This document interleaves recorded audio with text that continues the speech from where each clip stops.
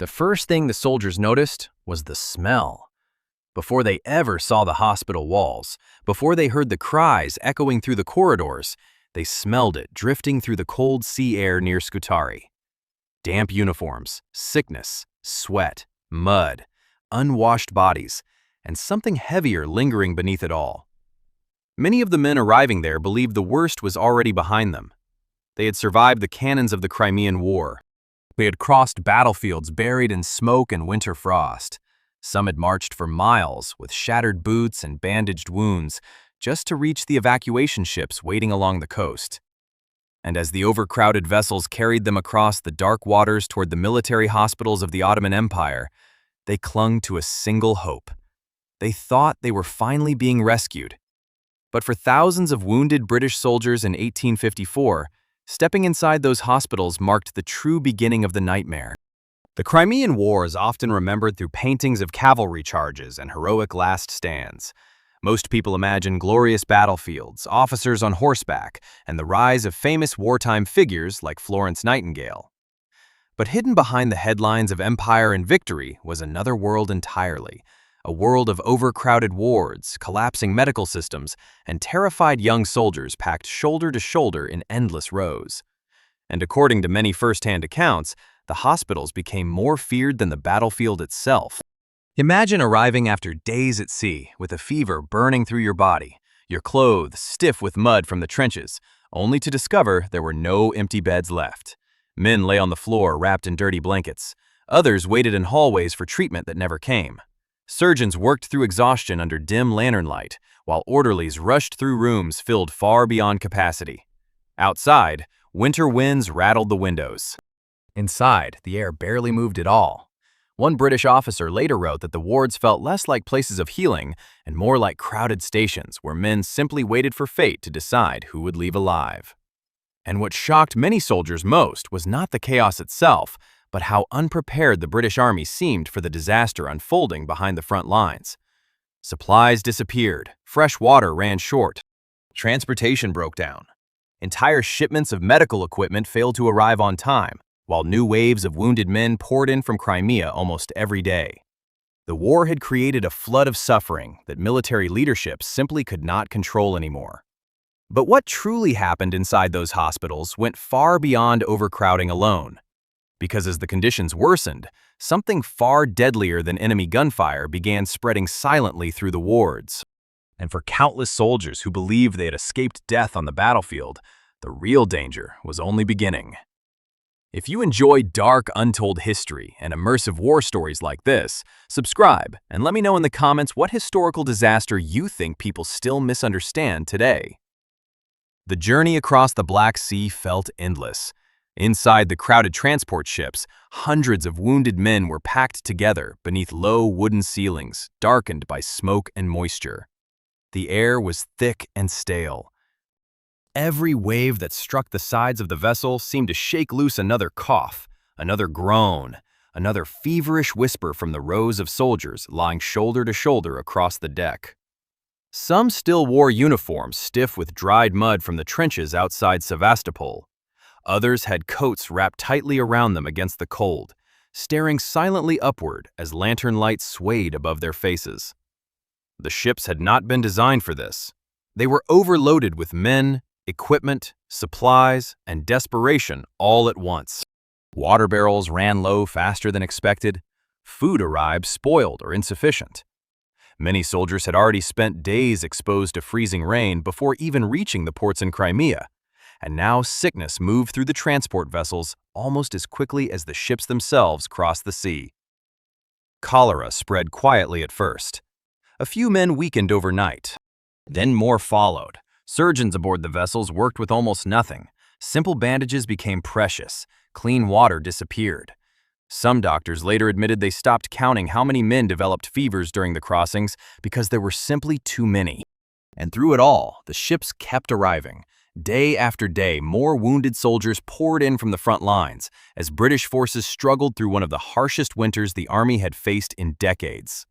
The roads around Crimea had collapsed into deep mud after heavy rains. Horses died in harness. Supply wagons became stranded for miles. Entire units were left waiting in freezing camps without proper shelter, while transportation systems broke apart under the pressure of war. By the time many soldiers finally reached the evacuation ports, they were already exhausted long before entering any hospital. One officer later described the docks as scenes of total confusion. Stretchers lined the shoreline while freezing wind blew across the harbor. Orderlies shouted over one another, trying to organize the endless arrivals. Some men had to wait outside for hours before boarding because there was simply no room left aboard the ships. Others were carried below deck into spaces so crowded they could barely move. And yet, many still believed the worst was behind them. They thought reaching Scutari meant safety. But as the ships approached Constantinople and the giant stone walls of the barrack hospital came into view, the scale of the crisis waiting there slowly became impossible to ignore. Smoke drifted above the city skyline while rows of transport wagons crowded the roads outside the hospital grounds. New arrivals were being unloaded almost continuously. Lanterns flickered through the windows late into the night as exhausted staff rushed from ward to ward, trying to keep pace with the flood of incoming patients. Soldiers stepping off the ships could already hear coughing echoing from inside the massive building before they even crossed the entrance gates. And many quickly realized something terrifying. The hospital was no longer functioning like a place designed to heal people. It had become a machine struggling simply to contain suffering. The farther the soldiers moved through its crowded halls, the clearer it became that nobody truly controlled what was happening anymore. The first thing many soldiers saw after entering the massive stone building was not doctors or nurses, but rows of men lying motionless along the walls. Some rested on thin blankets spread directly across the cold floorboards because every bed inside the wards had already been filled.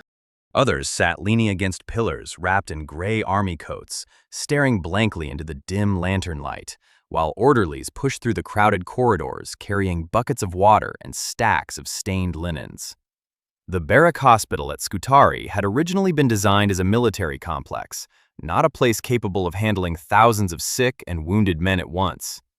Yet by late 1854, it had become the center of one of the greatest humanitarian disasters of the 19th century.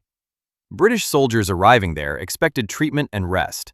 Instead, many stepped into confusion so overwhelming that some officers later admitted they could barely recognize the building as a functioning hospital anymore. The hallways echoed constantly with coughing, hurried footsteps, and the distant scraping of carts rolling over uneven stone floors. The smell hung everywhere. Damp wool uniforms drying beside crowded beds, smoke from oil lamps, rotting food left too long in storage rooms, dirty water, human waste, and beneath it all lingered the heavy scent of illness, spreading through men packed together far too closely. Ventilation inside many wards was almost non-existent. Windows often remained shut against the winter cold, while hundreds of patients shared the same stagnant air day and night. One British surgeon later wrote that after several hours inside the wards, even healthy visitors began feeling dizzy from the atmosphere alone. The overcrowding became impossible to manage. Entire sections of the hospital filled faster than staff could organize them. Men suffering from fevers lay beside soldiers recovering from battlefield injuries because there was simply nowhere else to place them. Some patients waited days before receiving proper examinations. Others arrived without records, supplies, or even enough blankets to keep warm through the night. And despite the desperate conditions, transport ships continued unloading more wounded soldiers almost every evening. Outside the hospital walls, wagons rattled across muddy roads carrying fresh arrivals from the harbor, while exhausted attendants struggled to clear space inside. Many orderlies were barely trained for the work they suddenly faced. Some had no medical experience at all. They carried water, moved patients, cleaned floors, and tried to maintain order inside a system already collapsing under its own weight. Meanwhile, surgeons worked until their hands trembled from exhaustion. Sleep became rare. Time itself seemed to disappear inside the endless rhythm of incoming casualties, fever outbreaks, and overcrowded wards. Yet what frightened many soldiers most was not the suffering itself, but the growing realization that the hospital had become dangerous in ways nobody fully understood. Men who initially survived their wounds sometimes weakened rapidly after several days inside the building. Fevers spread from bed to bed. Coughing intensified through the nights. Entire rows of patients developed the same symptoms within days of arriving. Rumors moved quietly through the corridors that disease now claimed more lives than the fighting in Crimea itself. Some soldiers even begged to remain aboard transport ships rather than enter the wards once they heard stories from men already inside. And as winter tightened its grip over the Bosporus, the crisis inside Scutari was only beginning to reveal how catastrophic the situation had truly become. At night, the hospital sounded almost alive. Footsteps echoed endlessly through the corridors, while coughing rolled across the wards in uneven waves that never fully stopped. Oil lamps flickered against damp stone walls, throwing long shadows over rows of exhausted soldiers lying packed together beneath thin gray blankets. Sleep rarely lasted long. Somewhere nearby, another cart always rattled across the floor, carrying water, supplies, or another patient searching for space inside rooms already overflowing beyond capacity.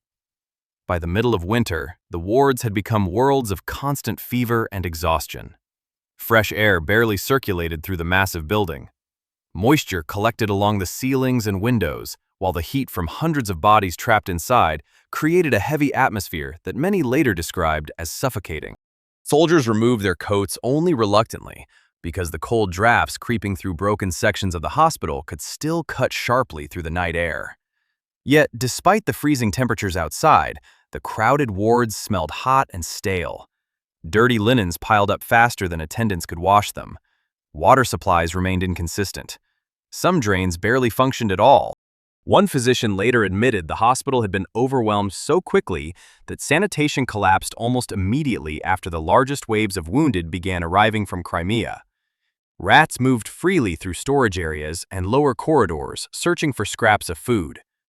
Orderlies worked constantly trying to clean the floors, but mud from soldiers' boots mixed with spilled water and waste faster than they could remove it. In some wards, men had to step carefully just to cross between the rows of beds packed only inches apart. Surgeons operated under conditions that horrified many civilian visitors who later entered the building. Medical instruments were reused continuously because there simply were not enough supplies available for the number of incoming patients. Buckets of cloudy water stood near operating tables, while exhausted assistants carried armfuls of stained bandages through crowded rooms, already filled with the sounds of coughing and delirious murmuring. Some soldiers later recalled hearing surgeons still working long after midnight while storms rattled against the hospital windows outside. But perhaps the most frightening part of life inside the wards was how quickly healthy men seemed to deteriorate once they entered the building. Soldiers who initially appeared stable sometimes developed severe fevers only days later.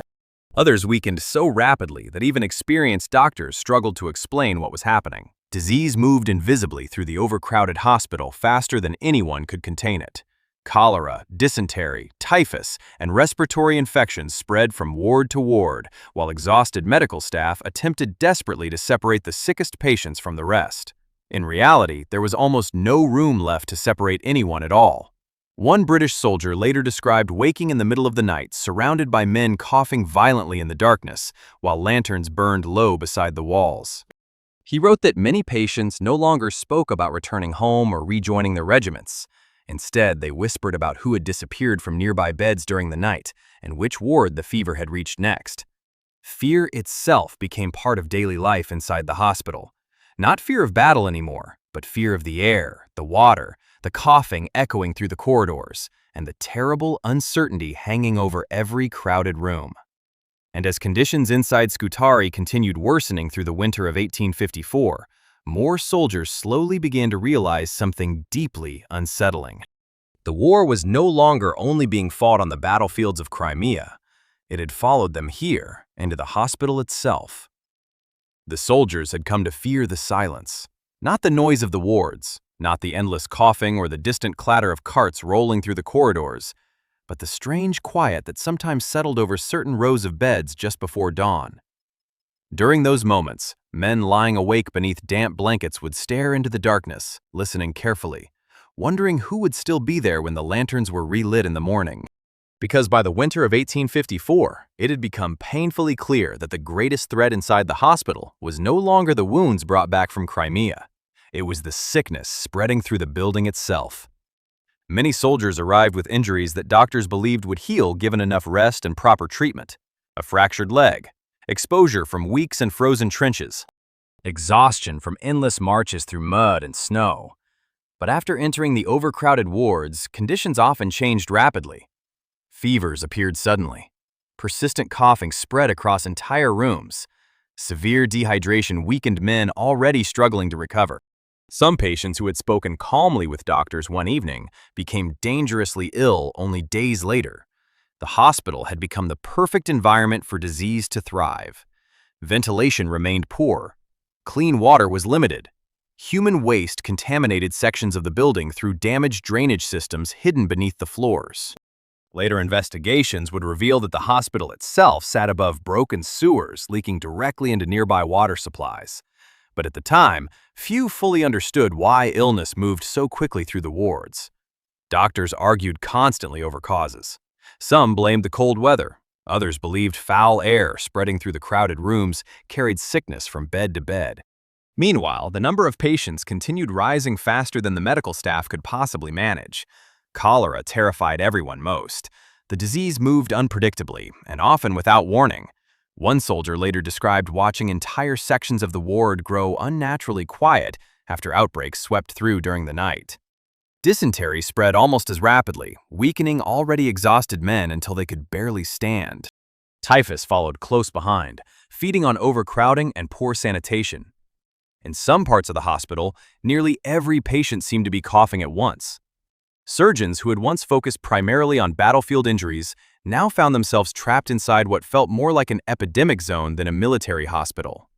And perhaps the most horrifying realization for many soldiers was understanding that survival often depended less on the severity of a wound and more on simple luck.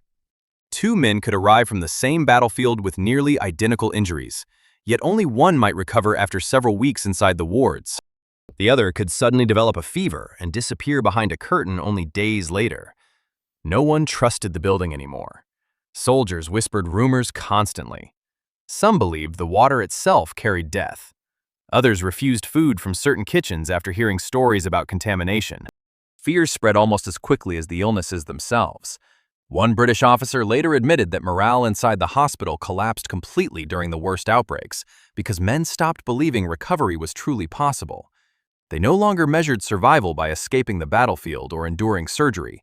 They measured it one night at a time. And as winter deepened around Scutari, the hospital continued filling beyond capacity, while disease tightened its grip on nearly every ward inside the massive stone complex. By early 1855, the men working inside the hospital looked almost as exhausted as the patients themselves. Surgeons moved through the wards with hollow eyes and stained coats after days of operating on little sleep. Orderlies stumbled down the corridors carrying water buckets with trembling hands, while nurses sat briefly against the walls whenever they could steal a moment to rest. The hospital no longer followed anything resembling normal routine. Time blurred together beneath the constant pressure of overcrowding, disease, and endless arrivals from Crimea. New transport ships still crossed the Black Sea, carrying more wounded soldiers every week, and every arrival pushed the medical staff closer to collapse. Some surgeons reportedly worked for nearly 20 hours at a time before finally stepping outside into the freezing night air simply to breathe.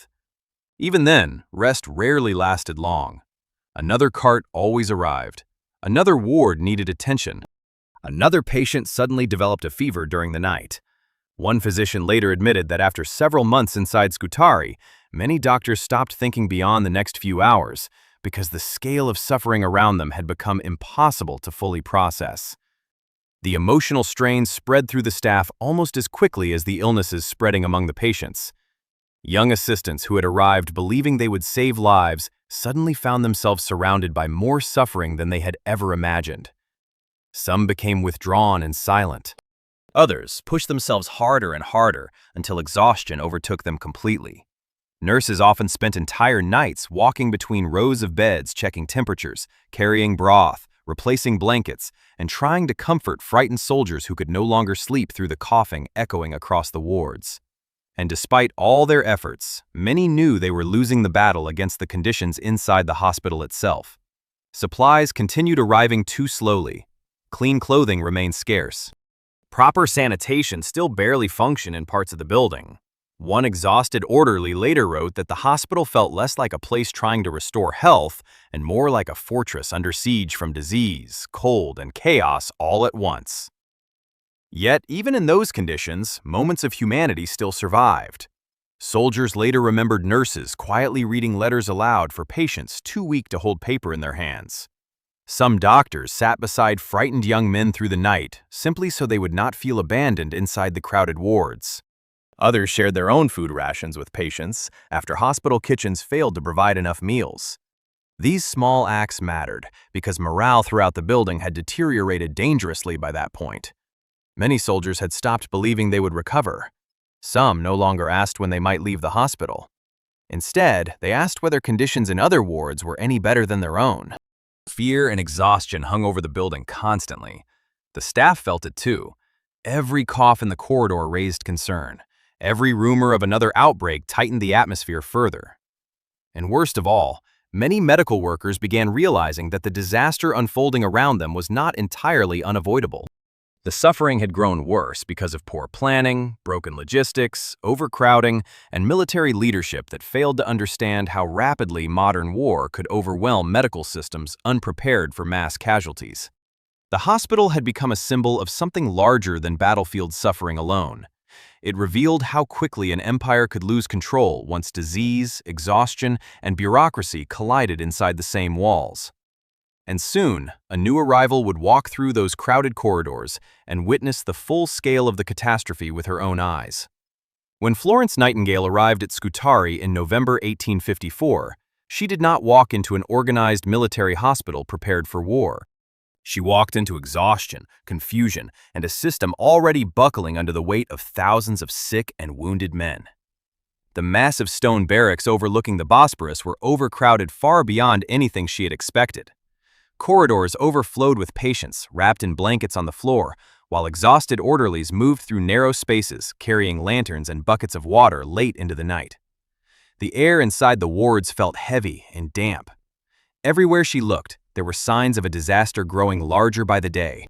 Nightingale had arrived with a group of nurses after public outrage in Britain began spreading through newspapers reporting the horrifying conditions faced by soldiers in Crimea. Families back home had started reading stories about disease outbreaks, shortages, and hospitals overwhelmed with suffering. The British government faced mounting pressure to respond. Yet even Nightingale herself later admitted that nothing fully prepared her for what she encountered upon entering the hospital. Basic supplies remained dangerously limited. Clean shirts, towels, soap, and blankets were all scarce, despite warehouses nearby reportedly containing unused shipments trapped inside military bureaucracy. Water supplies were inconsistent.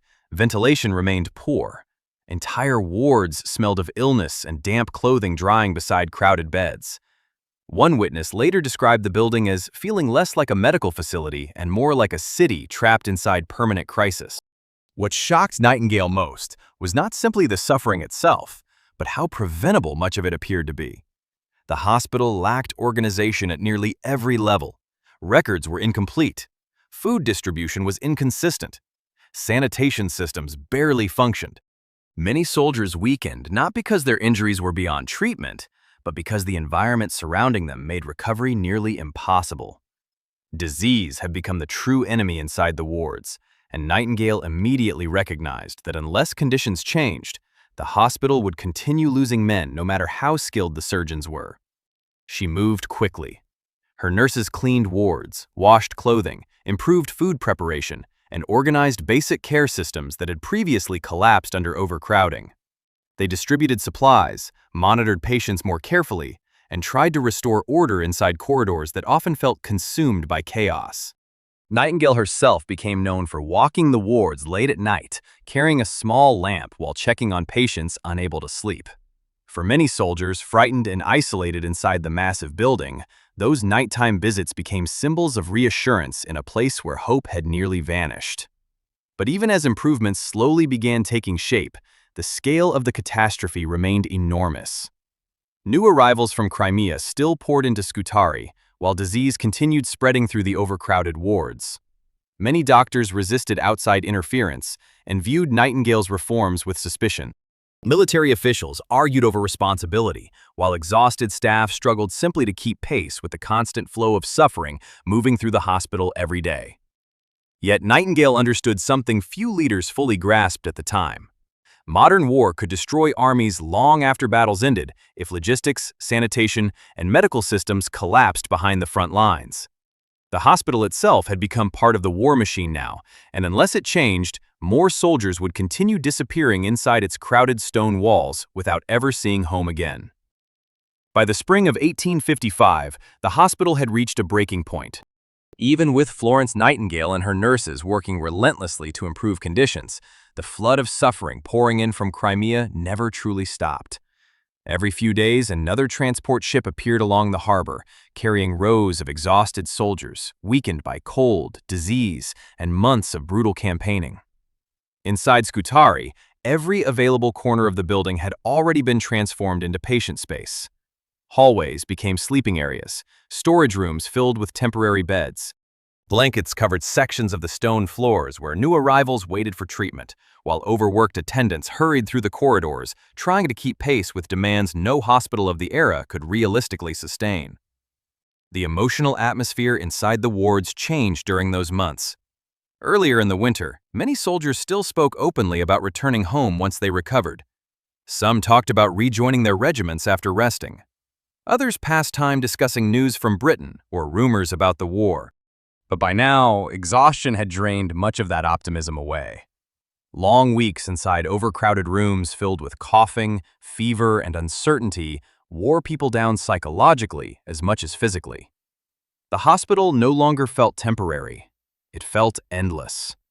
One nurse later wrote that the wards seemed suspended in permanent twilight beneath rows of smoking lanterns and damp ceilings stained by moisture from the sea air.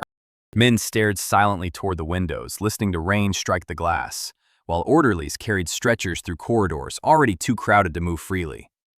Even the staff began struggling emotionally under the weight of what they witnessed every day. Some nurses reportedly broke down from exhaustion after weeks without proper rest. Surgeons continued operating for endless hours while knowing many patients would likely grow sick again afterward because the environment itself remained dangerous despite ongoing reforms. Supplies improved gradually, but never fast enough to fully stabilize the crisis. Fresh linens remained limited. Heating systems functioned poorly during cold nights. Ventilation still failed in parts of the building where overcrowding remained severe. And beneath the surface of everything lingered the growing realization that modern industrial warfare had created a level of mass suffering military institutions were completely unprepared to handle. Yet, amid the exhaustion and despair, small changes slowly began making a difference. Improved sanitation reduced some outbreaks.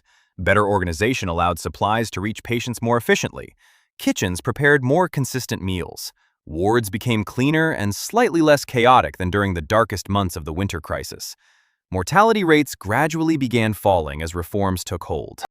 But for thousands of soldiers already lost to disease, neglect, and overcrowding, those improvements arrived too late.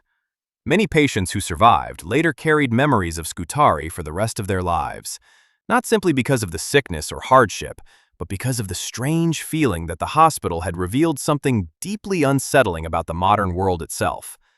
Empires could build massive armies, governments could celebrate battlefield victories, but behind the front lines, systems could still collapse completely under the pressure of war.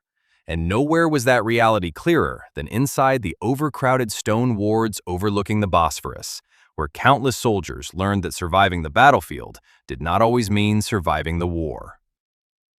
When the war finally began fading from newspaper headlines, the corridors of Scutari did not suddenly become quiet. The hospital remained filled with exhausted men long after the great battles in Crimea slowed into stalemate and attrition. Outside, diplomats debated strategy. Generals defended decisions, and politicians in London argued over responsibility for the catastrophe that had unfolded behind the front lines. But inside the stone wards overlooking the Bosporus, the memory of what happened there lingered in ways numbers and official reports could never fully capture. Soldiers who eventually returned home carried those memories with them for the rest of their lives. Many rarely spoke about the battlefield itself. Instead, they remembered the endless rows of beds beneath flickering lantern light, the coughing echoing through the corridors at night. The damp winter air trapped inside overcrowded wards, the feeling of uncertainty that followed them every time another patient suddenly disappeared from the bed nearby. For some, the hospital became more haunting than the war they had survived to reach it. And in many ways, Scutari exposed something the 19th century was not ready to confront. Industrial warfare had changed faster than the systems meant to support it. Armies could now move enormous numbers of men across continents with terrifying speed. But medical infrastructure still belonged to an earlier age. Governments prepared for battles. They prepared for supply lines, troop movements, and artillery. But they did not prepare for what happened afterward, when thousands of sick and wounded soldiers overwhelmed every institution built to care for them. The disaster forced Britain to change. Investigations into military medicine expanded. Sanitation reforms spread through hospitals, both civilian and military. Statistical analysis and organized nursing gained new importance because of what Florence Nightingale and others witnessed inside Scutari.